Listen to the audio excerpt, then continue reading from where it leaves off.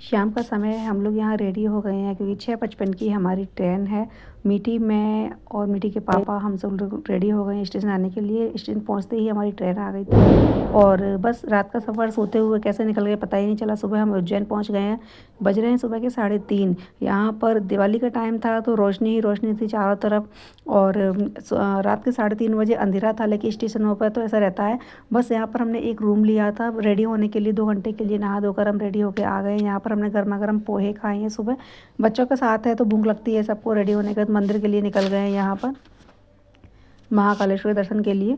और बीच में ये जो पंडित जी कैसे रहते हैं, ये लोग जो तिलक वगैरह लगाते हैं, तो सबसे पहले मीठी ने यहाँ पर तिलक लगवाया है। छोटी-छोटी चीज़ें बहुत अच्छी लगती हैं ये कभी-कभी कराओ तो। उसके बाद दीप ने लगवाया है और उसके बाद उसके पापा ने लगवाया और फिर मैंने लगवाया है। चंदन का टीका था, ठंडा-ठंडा जब माथे पर लगता है ना तो बहुत ही अच्छा लग रहा था, सुकून मिल रहा था एक तरह से।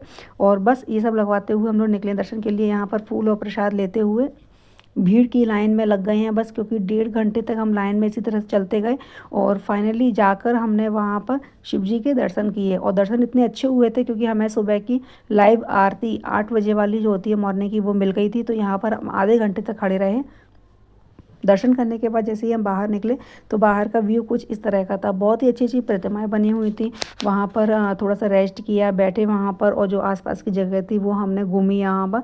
और थोड़ी धूप हो गई थी तो पैर भी जल रहे थे। और ये है कमल की खेती, मतलब नदी के बगल से कमल के इतने सारे पेड़ हैं। यहाँ पर कमल मिलते हैं, 20 रुपए का एक कमल मिलता है चढ़ाने के लिए।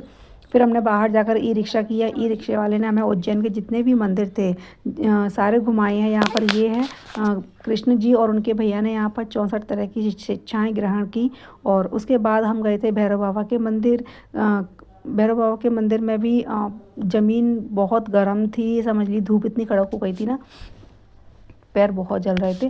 तो बस भीड़, सब जगह भीड़ होती है आज की डेट में। कहीं भी आप मंदिर में जाओ 2 ढाई घंटे से पहले दर्शन नहीं होते हैं। तो यहाँ पर भीड़ इतनी थी कि वह एक भैया लेकर आए थे दारू की बोतल। तो वहाँ भैरव बाबा दारू पीते हैं वहाँ, लेकिन वहाँ की गवर्नमेंट ने क्या ये सब चीज़ें बंद कर दी हैं। तो आप अगर घर से ले जा सकते हैं तो ही चढ़ा सकते हैं। और वह सेकंड मंदिर पे हम आ गए थे, गणेश जी का मंदिर। यहाँ पर हमने दर्शन किए थोड़े से और फिर हम गए थे काली माता के मंदिर।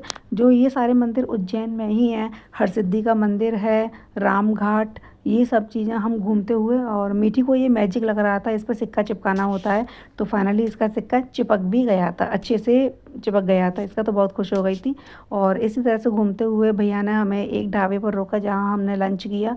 लंच बहुत ही यम्मी था और इसी तरह से हमारी उज्जैन की ट्रिप कंप्लीट हुई।